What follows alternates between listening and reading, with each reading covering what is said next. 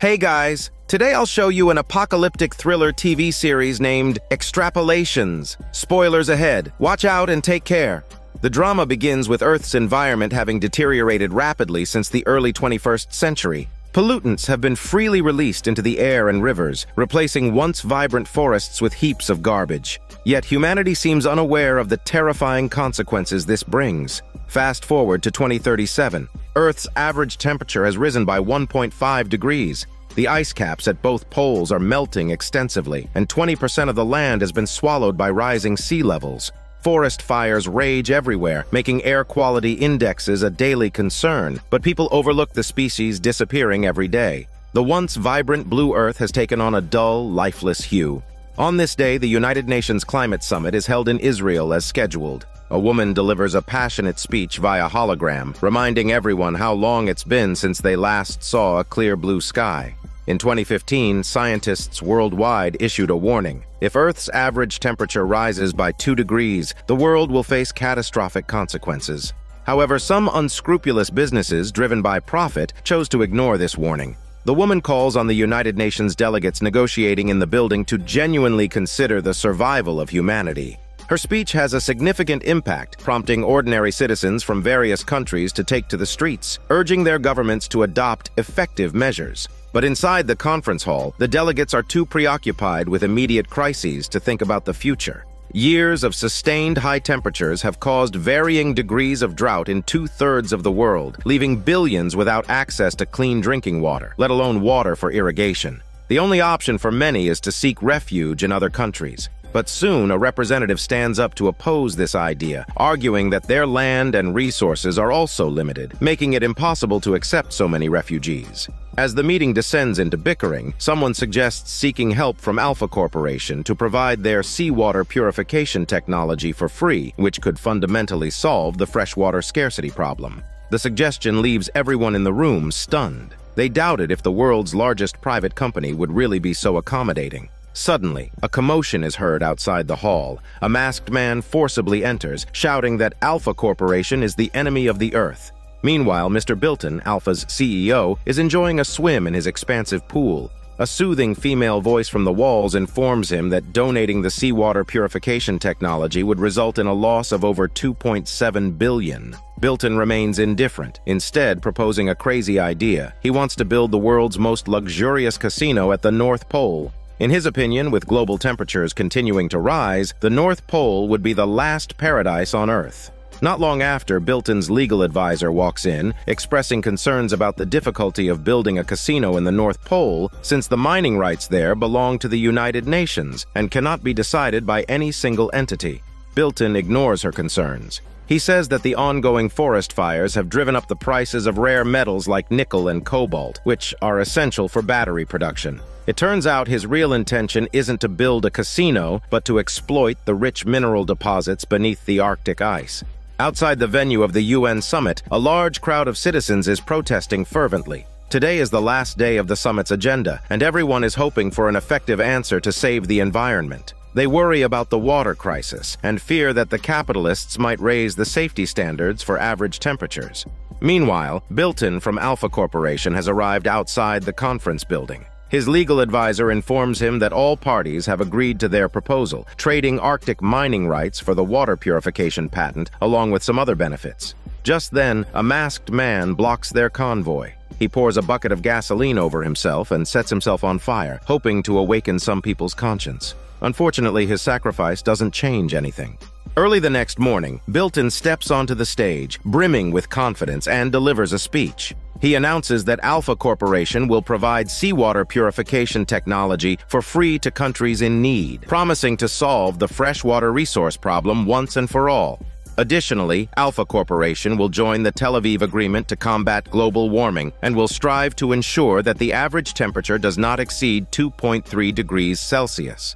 At this point, the audience erupts in an uproar. Some people clap enthusiastically, while others mutter curses under their breath. This was the summit's compromise, raising the previous 2-degree limit to 2.3 degrees. Of course, surrendering the Arctic mining rights is a trivial matter for them. Bilton quickly finalizes the plans to build the casino and subcontracted the initial development to a real estate developer who clearly prioritizes profit above all else. The developer immediately starts making calls to prepare for the exploration work. His assistant quickly drafts a construction plan, but warns that breaking ground in the Arctic will accelerate the rise of sea levels, potentially inviting a flood of public outrage. The developer is unfazed, believing that higher sea levels will bring them numerous contracts to retrofit coastal buildings. When the great disaster strikes, he might already be dead, but he'll be smiling in a solid gold coffin. Subsequently, the two board a private jet, heading to the Arctic for an on-site inspection. The developer fantasizes about hunting polar bears, while his girlfriend chimes in, suggesting that the future casino could offer hunting excursions. However, the assistant's response disappoints them both. Polar bears have been extinct for several years, and the only remaining animals there are walruses. Nowadays, the Arctic is rarely covered in vast glaciers. The surrounding sea is filled with floating ice fragments, and tourists roam freely without the need for heavy, warm clothing. However, the developer soon senses something amiss. The planned construction area is scattered with many rare metal ores. Judging by their appearance, the ore content must be substantial. He instantly realizes that the casino will never be completed without first extracting these minerals. He understands that Bilton has trapped him in a no-win situation. As he contemplates his next steps, a small sea lion pokes its head out of the water. He gestures with his hands, regretting not bringing a gun. Suddenly, he hears a noise behind him. A mother walrus appears, and a piercing scream echoes. The developer meets his end on the spot. If he hadn't been so obsessed with hunting, he might have avoided the walrus attack. Fortunately, beyond these greedy capitalists and the constantly protesting masses, there are still many people taking real action to save the endangered world. The scene shifts to a primeval forest in North America, where Rebecca, 8 months pregnant, is running for her life with a colleague. They were there to monitor bird activity when a sudden change in wind direction brought a forest fire their way. Luckily, their phone's GPS function worked well, and they were rescued by a helicopter. However, the intense activity and heavy smoke inhalation caused complications for Rebecca's unborn child. Although she successfully gave birth, the baby had a congenital heart defect. Her husband reassured her to stay positive, hoping that future advances in technology would make such issues insignificant. Rebecca's colleague mentioned that he was interviewing with a non-profit wildlife association that had launched a grand plan to save animals. They aimed to collect genetic material from various species over the next few decades and revive them once Earth's climate improved. Rebecca was stunned, thinking this meant giving up on the current world. Her colleague's expression turned somber, and he said nothing since there was a better solution. Time swiftly moves to 2046. Earth's environmental issues have worsened. Despairing yellow dust pervades the air, and rising sea levels have submerged much of the land. Many people now live in cities filled with seawater. More frighteningly, 95% of the planet's animals are extinct. Children can only see their former glory in video footage. Rebecca, who works for the Animal Association, has spent years collecting and studying animal behavior. Her latest subjects are the nearly extinct humpback whales. According to last month's data, there might be only 4 left in the world. Unexpectedly, her colleague brings more bad news. 3 humpback whales recently stranded on a beach in Colombia. Rebecca feels profound sorrow and helplessness. She knows that the main food source for humpback whales, krill, went extinct last year. The collapse of the food chain is beyond human intervention. Determined, Rebecca decides to visit the last remaining whale. But first, she must leave her son at school. The boy wears a round button on his chest, a monitor for his heart condition. Once everything is set, Rebecca steps out of the hall, boards a flying car, and speaks her destination. The vehicle starts slowly and soon heads towards the research base in Malaga. Looking around, she sees brownish yellow dust everywhere and forest fires burning fiercely. Who knows how many years they have been raging. Before long, Rebecca arrives at her destination. Taking the elevator to the Strait monitoring room, she skillfully activates the sonar equipment. As the unique communication frequency for whales spreads out, Rebecca begins the long wait. If the last remaining humpback whale is indeed in the vicinity, it will hear the sound and find its way here. Time passes, and suddenly, Rebecca's face lights up with joy. She receives a response frequency from the whale. Soon, a massive creature appears in the distance. The last humpback whale has arrived. Rebecca can't hide her excitement. She quickly opens the audio conversion software to communicate with the whale. The whale, recognizing the familiar sounds, asks how Rebecca can produce the same sounds it does. The whale, one of the smartest and most linguistically complex marine species, seems to sense its impending demise. Its final wish is to become a mother. As Rebecca struggles to add new words into the translation software, she sadly informs the whale that it is the last of its kind. To her surprise, the whale reveals that it recently heard a call from another of its species. With a flick of its tail, the whale swims off into the distance. Feeling a pang of sorrow, Rebecca immediately contacts her superior, hoping the organization can find a way to sustain the whale. However, this is a challenging decision. A humpback whale consumes over 1,300 kilograms of food daily. Beyond the financial burden, managing public pressure is equally daunting. After all, countless refugees around the world are still starving. Back home, Rebecca listens to the whale's recordings on her computer. The translated voice, eerily, is modeled after her deceased mother. Her youngest son, who has a heart condition and knows he might only live until 20, asks Rebecca worriedly if she would make an animal sound like him after he dies. Rebecca firmly shakes her head, assuring him that he won't die. In the following days, Rebecca travels to every ocean monitoring station under the Animal Association's purview, determined to find the whereabouts of the whale's supposed kin.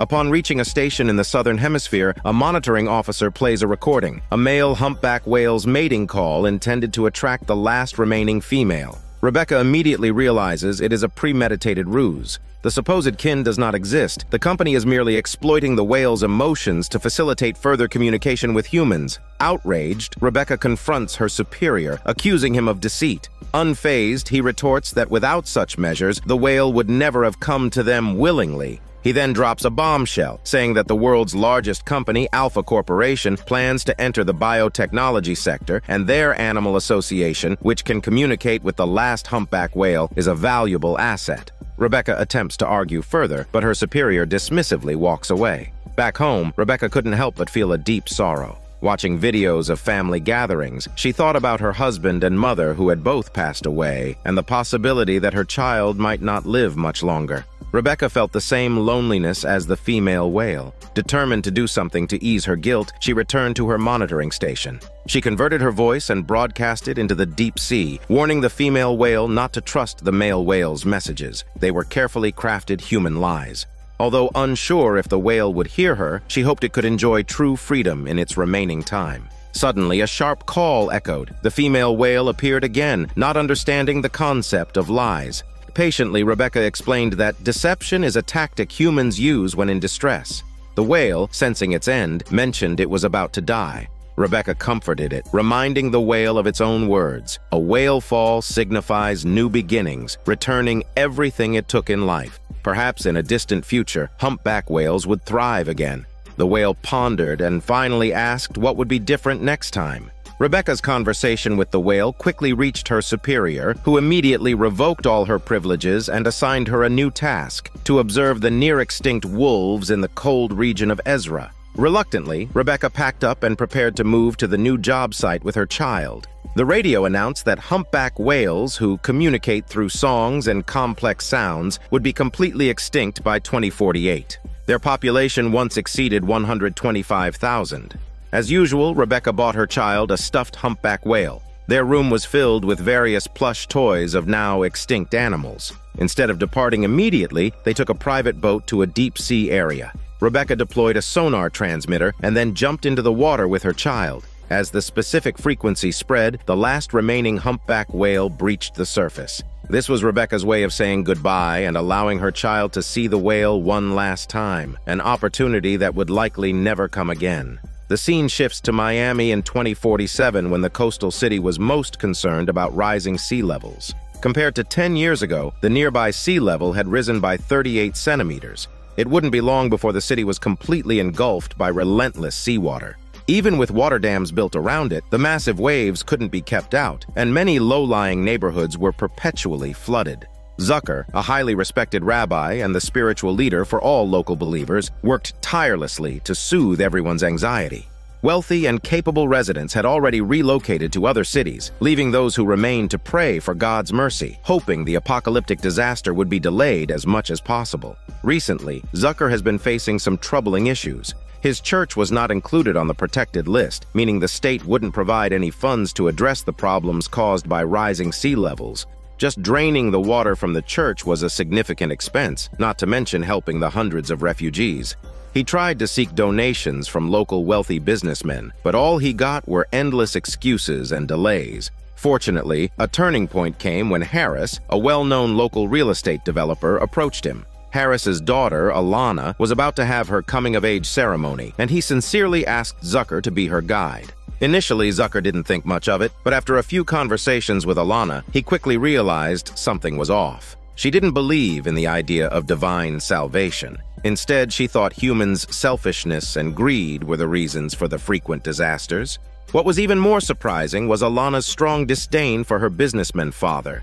She saw him continually buying up high ground in the city, making many civilians homeless and indirectly seizing their wealth. Harris was at a loss and hoped Zucker could help change his daughter's perspective. In return, Harris promised to use his influence to get the church re-evaluated for protected status. This put Zucker in a moral dilemma. To save the church and continue sheltering the civilians, he felt he had no choice but to cooperate with Harris and try to bribe the officials. Surprisingly, the process went smoothly. A few days later, Zucker announced that their church had been added to the protected list and would forever stand as a spiritual home for everyone. However, Alana found the sudden change of heart suspicious and asked Zucker for an explanation. When he remained silent, she went home and asked her AI assistant to pull up all of Zucker's public speeches.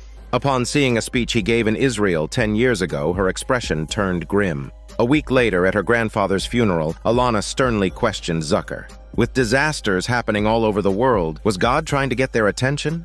Zucker shook his head, not responding. Internally, he agreed with her. The real culprits were humans themselves. But to secure the deal with Harris, he had previously told Alana that everything was God's doing. Now he felt he had lost the right to face her. Suddenly, several police officers barged in, demanding to take Harris away for questioning on charges of bribing public officials. Zucker stood frozen in shock, thinking if the church's deal had been exposed. Just then, a weather broadcast announced that the 41st storm of the year was expected to hit that weekend, with maximum wind speeds of 250 kilometers per hour. All citizens were urged to take precautions. Coincidentally, it was also the day of Alana's coming-of-age ceremony, and Harris was released on bail to attend. Unexpectedly, Alana remained cynical and disillusioned. She couldn't understand why, if only a few people caused the world's disasters, everyone had to suffer the consequences. She thought perhaps God's true intention was to wipe the earth clean and start anew. Finally, she openly admitted that it was she who had reported her father's crimes. Hearing this, Zucker tried to intervene, but Alana shouted back, accusing him of being no better. She reminded him of his time as a rabbi in Israel, where he had vowed to protect his followers but then abandoned them to take a position in Miami. She said time changes everyone, and the Zucker who once passionately wanted to reverse environmental destruction was long gone. And so, what was meant to be a solemn and grand coming-of-age ceremony ended in disarray. That night, Miami was hit by the biggest storm of the year. Even the newly built levees were destroyed by massive waves, and the city's water levels began to rise rapidly. Zucker was worried about the church's most important documents being damaged and wanted to move them to a safer location. Unfortunately, the roads outside were already flooded, leaving them stranded and waiting for rescue. Suddenly, the sound of a helicopter filled the air. Zucker shouted desperately for help, but the helicopter flew past. He had no choice but to take the documents to the roof. They stood there for a long time in the storm until a rescue helicopter finally arrived. After the disaster, Zucker's church was completely destroyed. Being on the protected list was of no use. All the refugees gathered in the stadium, starting a new community life. During this time, Alana asked again, if God loves us and sees us suffering, why doesn't he save us? This time, Zucker answered differently, saying it depended on us humans. Alana seemed satisfied with his answer and actively joined in to help. No one could have imagined that 36 years later, the Earth's average temperature would rise by an astonishing 2.2 degrees. The polar ice caps melted entirely, turning over 90% of the land into oceans. The global population plummeted to less than 2 billion. Governments worldwide were forced to severely restrict carbon-emitting industrial activities. Scientists proposed a geoengineering plan to artificially alter the Earth's climate to mitigate the effects of high temperatures. However, after extensive discussions, experts and business leaders decided that such an approach could have unpredictable consequences.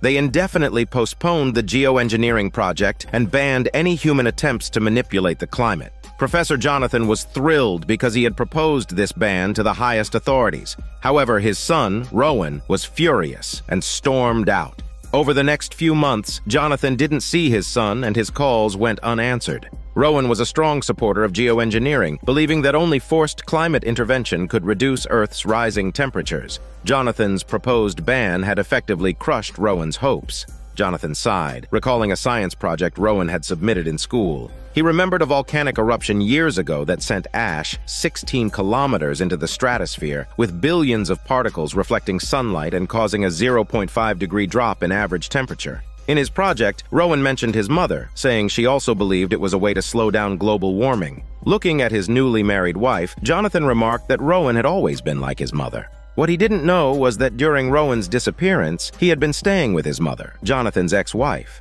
Today was a significant day for Rowan and his mother, Indira. Dozens of top investors gathered as Indira excitedly announced that their company had successfully developed a fully carbon-neutral, autonomous cargo drone. Its production and operation achieved near zero emissions. Rowan was the project's chief data scientist. To assure the investors, Indira would personally participate in the test flight, with the drone carrying a full load of 250 tons of cargo. Amidst enthusiastic applause, Indira boarded the lead test cargo drone. Rowan double-checked the interface program to ensure there were no issues. The mother and son embraced before saying goodbye. Half an hour later, the 10 cargo drones on the runway began to roar and slowly took off into the sky under the expectant eyes of the crowd. In the lead drone, Indira appeared deep in thought, showing no sign of excitement. Not long after, Jonathan, who was sleeping at home, received a message from a colleague. It was a video of Indira's press conference, and he saw his son Rowan was there too. Jonathan felt a slight relief, but soon sensed something was wrong. The test drones were fully capable of autonomous flight, so why did Indira need to be on board? His ex-wife was not one to act without personal gain, so it was clear this wasn't going to be simple. Sure enough, Rowan, sitting at the control panel, suddenly informed the test flight commander that Indira had changed the control program's password. This meant that no one but Indira could control the 10 drones. It didn't end there. The commander quickly noticed that the drones were not following the planned route. Instead, they were rapidly ascending and descending, almost reaching the maximum altitude for commercial planes. He urgently contacted Indira on the plane, asking where she was going. Calm and collected, Indira replied that it would be a perfect journey. The bald commander panicked, warning her that continuing like this would attract military intervention. Indira, seemingly anticipating this, switched the communication line to her son and instructed him to start the second phase of their plan. Rowan quickly packed up his control laptop and left the scene quietly. It was clear that mother and son were plotting something monumental, but even Jonathan, who knew them best, couldn't fathom their true intent. Suddenly, a drone delivered a package, natural steaks from Alpha Corporation, as his wife mentioned. This made Jonathan recall that Alpha's stock price had surged recently. He called a colleague to inquire if there had been any large chemical purchases by the company. The colleague soon informed him that someone had bought a large amount of calcium carbonate. Jonathan shuddered at the news and immediately called in a federal investigator. He had figured out Indira's plan. She intended to use the drones to disperse large amounts of calcium carbonate. These water-insoluble lime particles would float in the stratosphere for a long time. While they could effectively control temperature rise, they would also bring unpredictable consequences, clearly violating existing laws. Meanwhile, the highest authorities received reports of the drones deviating from their planned route. They immediately contacted the military commander, learning that this private fleet had no authorization and was ignoring communication warnings. As they deliberated whether to classify the act as terrorism, a public statement from Indira was broadcast worldwide. In the video, Indira stated that despite global efforts to control carbon emissions, the Earth's average temperature had still risen by 0.65 degrees in recent years. She believed it was time to restart geoengineering. She warned that if officials tried to shoot her down or disagreed, the thousands of tons of calcium carbonate in the planes would be released into the stratosphere. With this clear act of premeditated illegality, police arrived at the test site and arrested all the investors and the control center's commander. Rowan, however, had left early and was now in an underground facility, continuing to assist his mother remotely with the next phase of their operation. In the president's office, leaders from various sectors watched Indira's 10 drones intently. Someone asked what would happen if she released all the calcium carbonate. Jonathan immediately replied that it would alter rainfall patterns, likely leading to crop failures, floods, and other disasters, possibly even unforeseen calamities. The leader's face darkened, noting that geoengineering wasn't a one-time fix. It would need to be repeated every few years. Even if this attempt succeeded, they would surely not let her do it again. Jonathan understood the situation clearly. If Indira's actions effectively controlled the temperature, industries like oil and coal would undoubtedly follow suit, using it as an argument to lift carbon dioxide emission restrictions. At that moment, the assistant came in to report that they had successfully connected to Indira. The leader immediately tried to reason with her, warning that if the calcium carbonate spread, many people would die. Indira was confident in her plan and responded, even if they did nothing, many people would still die. She had run the numbers, and just 2 million tons of calcium carbonate would start cooling the Earth. Jonathan interjected, saying even if she was right, what would 2 million tons of calcium carbonate do to the ozone layer? What changes would it cause in the oceans? These might be more serious than rising temperatures. Hearing that, Indira became furious, retorting that if temperatures kept rising, humans would have very few years left, and this was a last-ditch effort to save mankind. The argument between them became as heated as their premarital disputes. Suddenly, the room fell silent as the communication link was cut off, and Jonathan was escorted out of the meeting room. It turned out that the military had begun countermeasures. Several fighter jets had reached Indira's location and were jamming all communication signals. The pressing question now was whether to shoot down the drone Indira was on. Some suggested that eliminating her and finding her remote aide, Rowan, would end all threats. Meanwhile, a team of officers had reached Rowan's hideout, but when they were about to capture him, Rowan vanished. It was just a hologram. His real location was a public internet cafe, a place no one had anticipated. The news left everyone in stunned silence. Suddenly, the assistant reported that Bilton, the president of Alpha Corporation, was on the line. After the others left, the leader quickly took the call. It turned out she secretly supported the geoengineering plan but faced too much opposition publicly. She hoped there was a way to solve this issue unofficially. Bilton agreed and indicated that plans were already in motion. Soon after, the military jets received orders to return to base. Witnessing this, Indira was ecstatic, believing that the authorities had agreed to restart geoengineering. Rowan, in the internet cafe, was equally thrilled. Just as he was about to express his joy, their communication was abruptly cut off again. Fishermen along the coast saw brilliant fireworks in the sky. The 10 drones led by Indira had been destroyed in an instant. Back in the office, the officials were bewildered. Their jets had returned. They had no idea who had shot down Indira. Jonathan then told them that Indira had mentioned needing 2 million tons of calcium carbonate to cool the Earth, but the maximum load for the drones was only 250 tons. The 10 cargo drones might have been a decoy.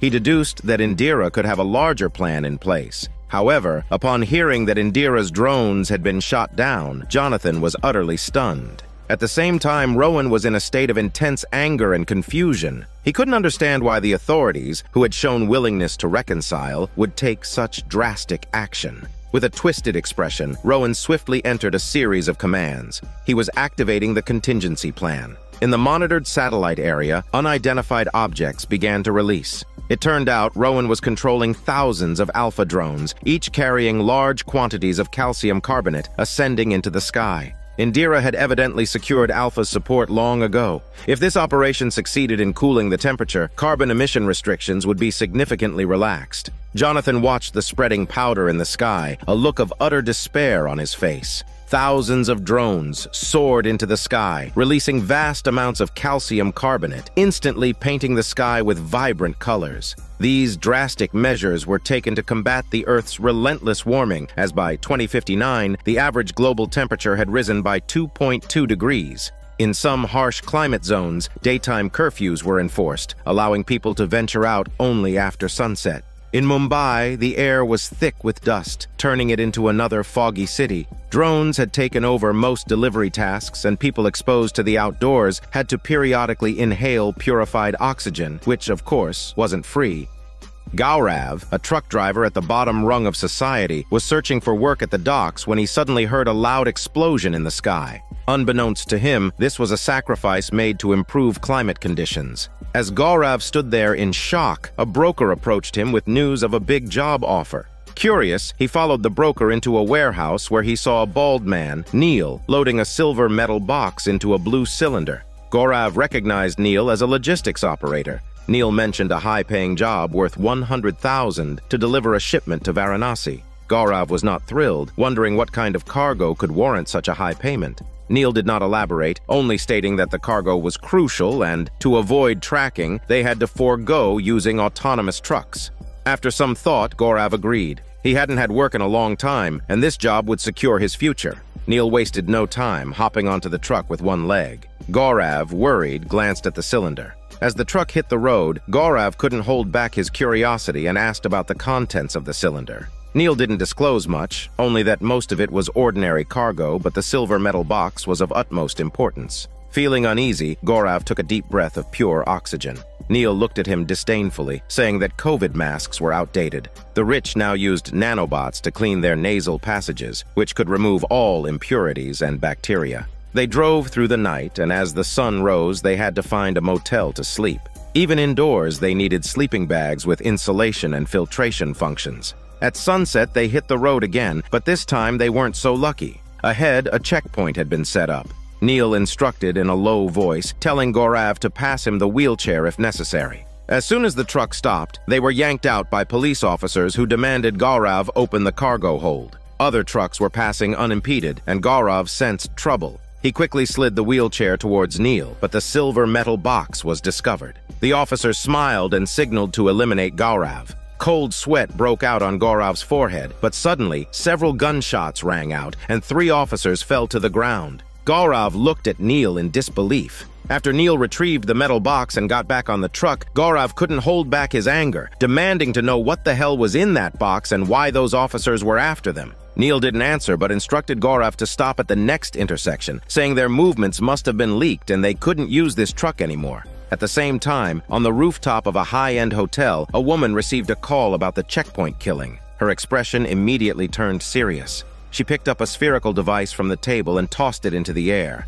The sphere instantly transformed into a tracking drone. This woman was a professional mercenary hired by Alpha Corporation. She had prior knowledge of Neil's secret mission to transport the metal box and intended to track his movements to interfere. Meanwhile, Gaurav had already abandoned the truck with Neil. Still sweating, he asked Neil who he really was and what they were doing. Neil explained that he belonged to a charitable organization. As for the contents of the metal box, he promised Gaurav would find out in due time. But Gaurav remained uneasy, retorting that he was no saint either. Neil's face showed a pained expression. He never intended to kill anyone, but fulfilling the organization's mission sometimes forced him to do things against his will. However, he had his way of balancing it out. He told Gaurav that he killed 3 people tonight, but he had saved Gaurav's life, and if he saves 2 more people tomorrow, it would offset tonight's sins.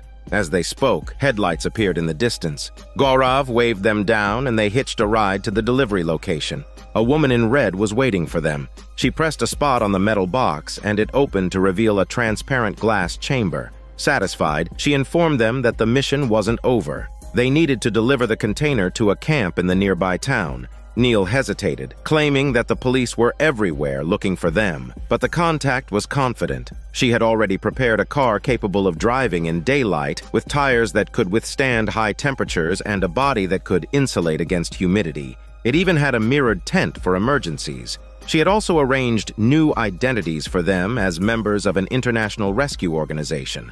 Besides the container, they had to transport a person, a renowned genetic scientist with a critical mission for the organization. Currently, major agribusinesses controlled all the world's rice seeds, forcing the lower classes to subsist on synthetic rice.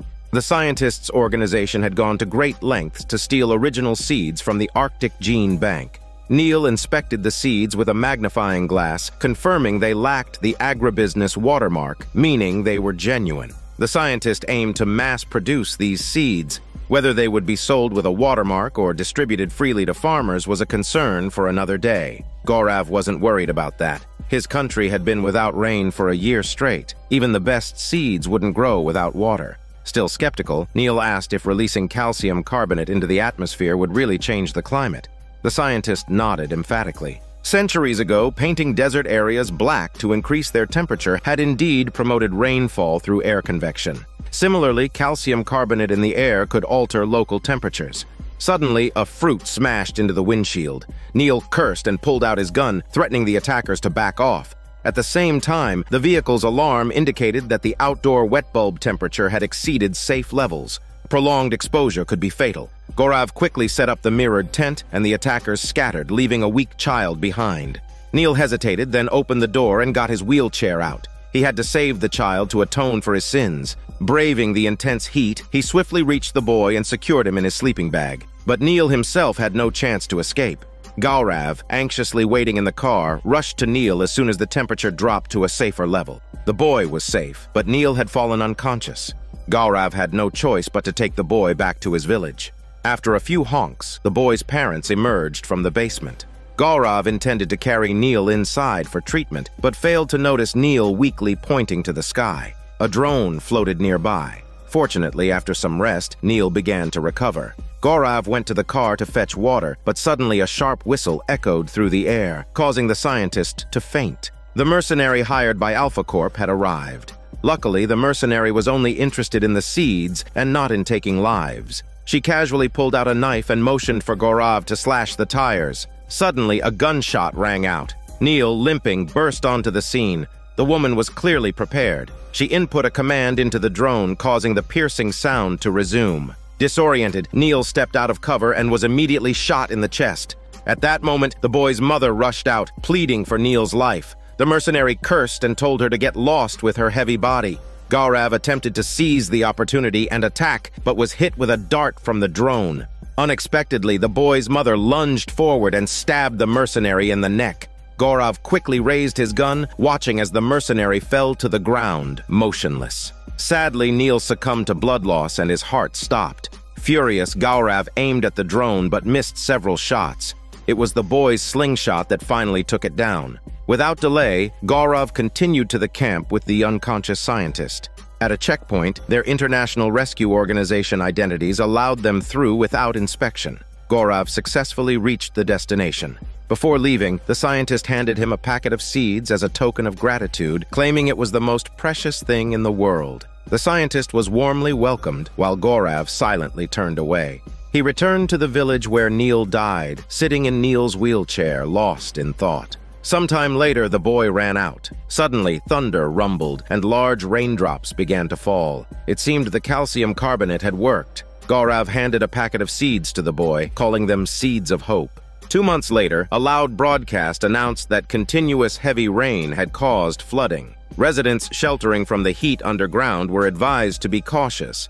The scene shifts to 2068 when the global average temperature had risen by 2.44 degrees. It hadn't rained in years, and the air was filled with brown dust. Anyone venturing outdoors had to carry filtration equipment. In contrast, indoors and in some public places, air purifiers allowed for unrestricted breathing. The man, Omar, had a unique job as a role-playing actor, reading memories stored in the cloud and impersonating family members. His current client was a single mother, and Omar was to play the role of her child's father, providing as much companionship as possible. The client was very satisfied with his performance, especially his seamless incorporation of the father's mannerisms. Feeling proud, Omar opened the stored memories of the client. He had watched them dozens of times. Just as he stepped out of the client's house, Omar received a call. The memory storage company's customer service informed him that due to global temperature increases, the cost of storing memories would rise. Omar rushed to the service center to complain, saying that this was the third price hike this year. Because he suffered from summer heart disease, his memories were prone to unavoidable deterioration. He needed to store them and review them repeatedly to avoid forgetting important details. After understanding Omar's condition and financial situation, the customer service representative suggested he delete some less important memories to maintain the overall cost at the previous level. Omar faced a tough decision. He chose to delete childhood memories of animals and even had to give up memories of his grandmother. After deleting a large number of memories, Omar felt his life becoming increasingly empty. Just as Omar returned to his apartment, his neighbor advised him not to waste money. The neighbor knew of an overseas service provider that charged half the price for memory storage. Unfortunately, the safety of such services couldn't be guaranteed. Omar had no choice but to continue his tedious work to afford the high costs of memory storage. His daily highlight was watching memories of his deceased girlfriend. The next day, Omar, in disguise, immersed himself in a new role. In the morning, he was a middle-aged man's partner. In the afternoon, he was an elderly mother's son. He always played his roles perfectly. The elderly mother, missing her son dearly, even gave Omar her necklace. When she mentioned her love for the smell of lavender, Omar remembered his girlfriend had the same fondness. The sweet and warm memories were heartwarming. Omar cherished these memories as his greatest treasure and even consulted a chief physician about curing his summer heart disease. The physician's expression was one of utter disappointment. There was no way to stop memory deterioration, and watching cloud-stored memories only alleviated the symptoms. A new day began with Omar playing the role of a father, attending a parent-teacher meeting. The teacher noted the child had become much more cheerful thanks to the father's presence. The client's mother was incredibly grateful, inviting Omar to stay for a drink. Her gaze was suggestive, indicating she wanted more than just a hired father for her child. As she reached out her soft hand, Omar trembled and indicated he did not offer physical services. Just then, his watch reminded him he had another client to attend to. When Omar, in a different outfit, arrived at the restaurant where he often met the elderly mother, he found the seat empty. The servant informed him that the poor old woman had passed away. Since Omar wasn't on the family contact list, he hadn't been notified. This news left Omar in indescribable sorrow. No matter how hard he tried to immerse himself in his roles, it was all just pretense. He stored the props and the necklace given by the elderly mother in a locker. At that moment, the cloud storage service provider called. Omar's stored memories had exceeded capacity. He needed to delete some to maintain access. Omar ignored the call and lay down on his bed, exhausted. But in the middle of the night, he woke up in a panic. Just one day without watching his girlfriend's videos, her memories were already starting to fade. This brain deterioration was caused by his summer heart disease. Omar anxiously tapped his head, feeling his life slipping away. He then made an important decision to purchase a role-playing service for himself. Soon enough, a woman who bore an 80% resemblance to his girlfriend appeared. Her mannerisms and expressions were strikingly lifelike. For a moment, Omar was dazed, as if his deceased girlfriend had come back to life. But when she offered more physical services, Omar suddenly realized it was all fake and not what he wanted. He contacted the cloud storage customer service again, asking them to delete all memories except those of his girlfriend. Omar felt much more at ease, believing that only his deceased girlfriend could be his everything. Unfortunately, within 2 days, Omar found that he couldn't access the storage space. He learned from passers-by that a sudden earthquake had damaged the cloud storage servers, resulting in the loss of all memory data. Omar trembled and canceled his work for the day, rushing to the service center. The place was crowded with clients demanding explanations. Omar hurried to the service counter, anxiously asking if his stored memories could be recovered. The response was highly procedural, which said that the contract included a clause exempting them from liability for natural disasters. All they could offer was an apology for the loss. Omar felt like his entire world had collapsed. Clinging to a last shred of hope, he sought out his neighbor, who had mentioned knowing an overseas cloud storage service provider. Omar wanted to know if his memories could be recovered. The neighbor gave a positive answer, but said it would cost $10,000 in data recovery fees. Omar was stunned, but promised to bring the money the next day. It was a significant amount, and he would need to take on more jobs to afford it. Back at his apartment, Omar pulled up a list of all available jobs. The sheer variety of tasks was overwhelming, but most involved physical services or had safety risks, such as impersonating a mistress to meet a husband or comforting a lonely aunt. After much deliberation, Omar chose a few simpler tasks like debt collection or persuading people to move, but these jobs didn't pay well and fell short of the deposit amount. Omar was anxious since he hadn't watched his girlfriend's memory videos for days, and her image in his mind was becoming increasingly blurred. While playing the role of a father, he couldn't even recall his cherished story about the last humpback whale. The kind client mother noticed his distress and offered comforting words, making Omar feel a long-forgotten warmth. He began to share his predicament, explaining how his illness was causing memory loss and that he was losing something incredibly precious. As he spoke, Omar reached out his hand, and it seemed like the most natural thing when they ended up performing a smelly hormone yoga session. The next morning, under the pretext of his job, Omar charged the client mother for an additional physical service of the hormone yoga. He was just one step away from the deposit amount, so he ultimately accepted the task of impersonating a mistress. Predictably, he was beaten up by the client's husband.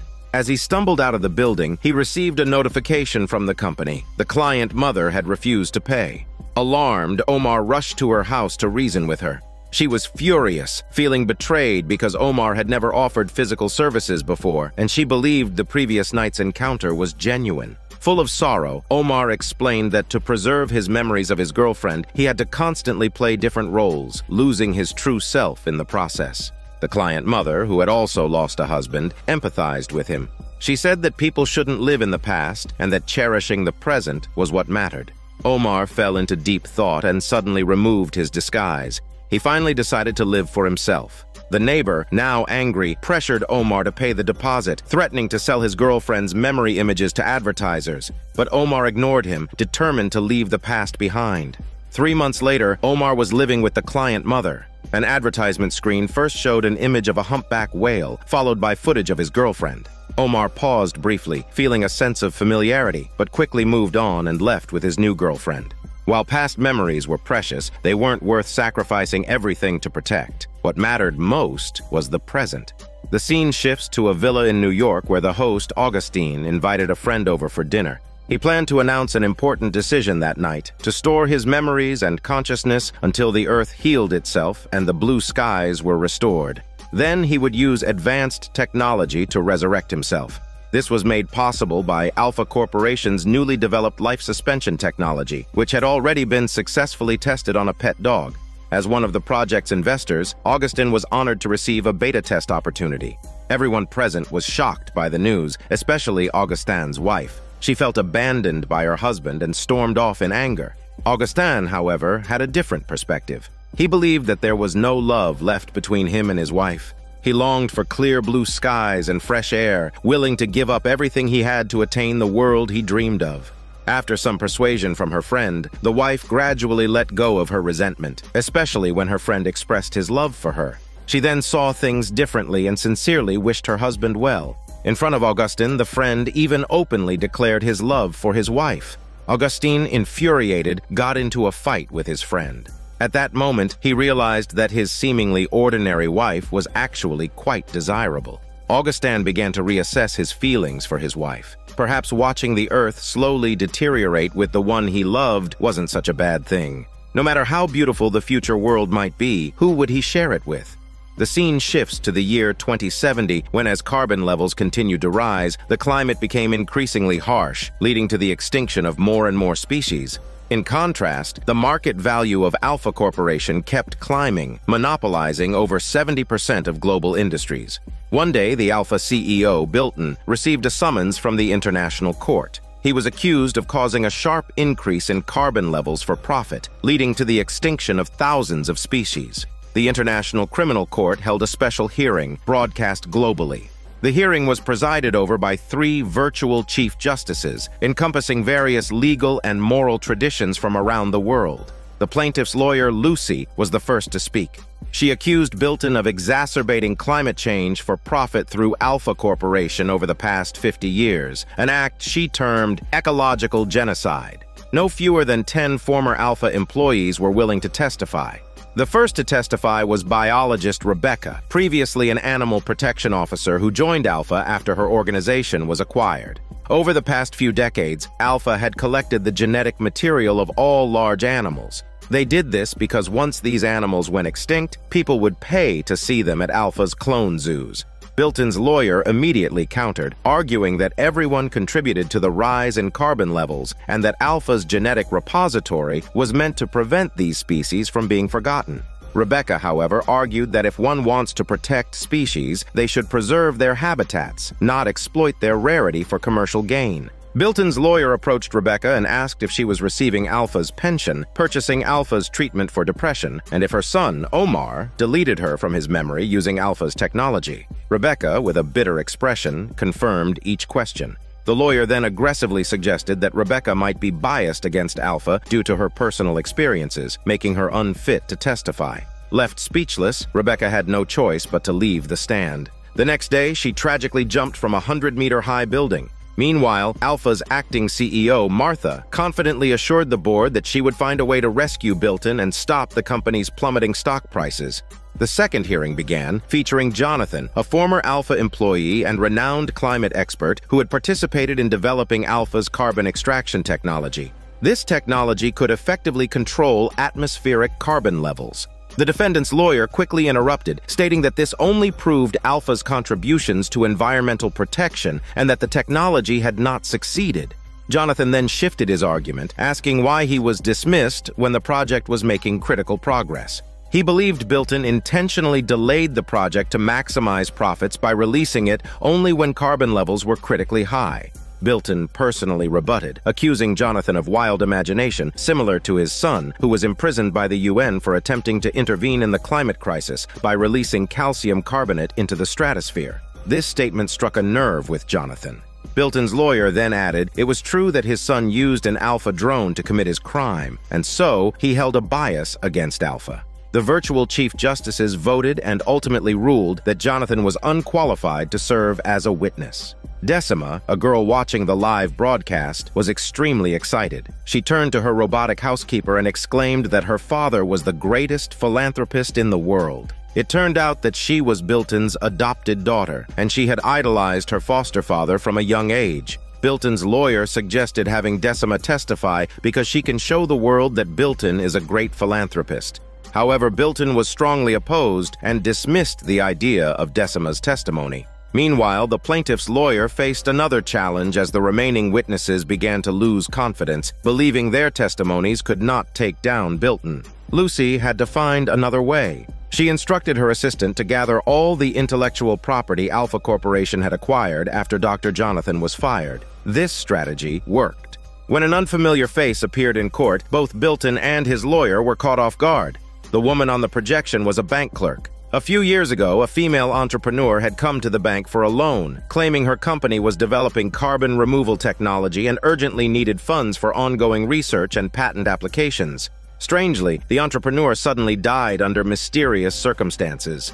Alpha Corporation bought 49% of her carbon removal technology patent, with the remaining 51% left to her daughter. Decima, watching the broadcast, turned pale because the female entrepreneur on the screen was her biological mother. For the first time, the usually composed Bilton showed signs of distress. Bilton's lawyer quickly urged his boss to remain calm and reminded everyone present that this had no direct connection to Bilton's case. Bilton echoed this, insisting that the carbon removal technology had never been successfully developed. But Lucy immediately countered, asking him to submit this technology to the court for review. Bilton denied her request, stating that it was Alpha Corporation's proprietary patent. The lawsuit reached another stalemate, but Bilton could sense that things were turning against him. Bilton's lawyer acknowledged this, noting that they would have to find other ways to turn the tide.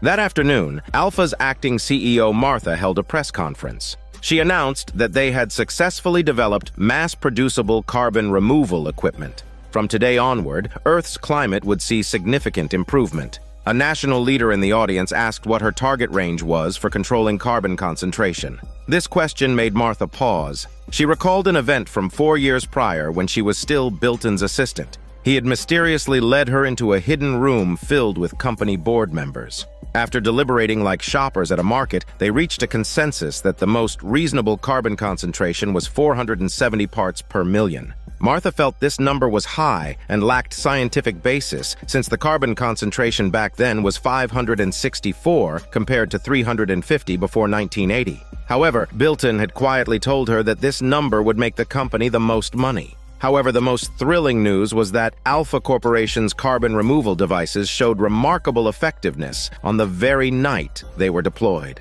Residents flooded the streets, waving their hands in celebration, as if the clear blue sky was already within reach. The plaintiff's lawyer, Lucy, felt a mix of happiness and frustration. This day could have come years earlier if not for some people's greed. Her boyfriend reminded her that she needed to let everyone know the truth. But could Lucy really change the situation on her own?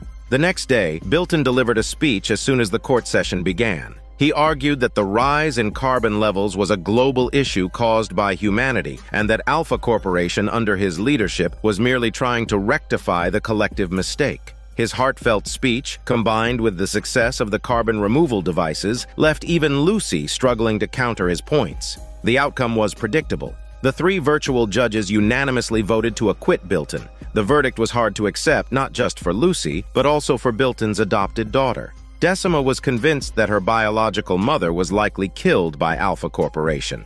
Decima suspected that Bilton adopted her solely to gain control of her mother's 51% patent share in the carbon removal technology.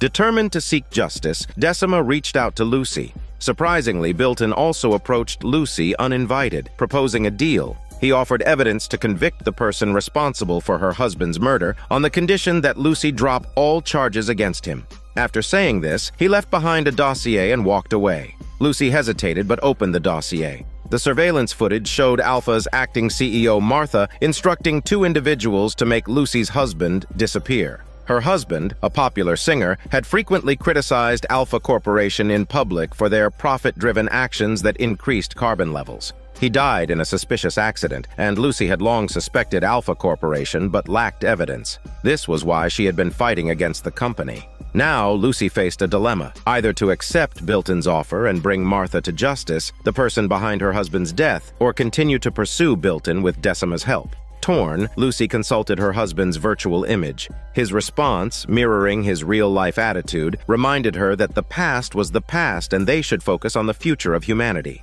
With newfound resolve, Lucy ordered the Alpha robot to shut down her husband's image. Early the next morning, Lucy confronted acting CEO Martha, revealing Bilton's plot against her. Martha readily handed over a video containing crucial evidence against Bilton. The result was inevitable. Bilton found himself back in international court, this time being prosecuted by his own adopted daughter, who was also the biological daughter of the deceased entrepreneur. The court played a video of a meeting where Alpha Corporation executives arbitrarily decided on a carbon concentration target of 470 parts per million. A year later, with the widespread use of carbon removal devices, the sky had turned a clear blue. The new carbon concentration target was set at 350, akin to pre-industrial levels. From his confinement in a space prison, Bilton longingly gazed at the blue Earth.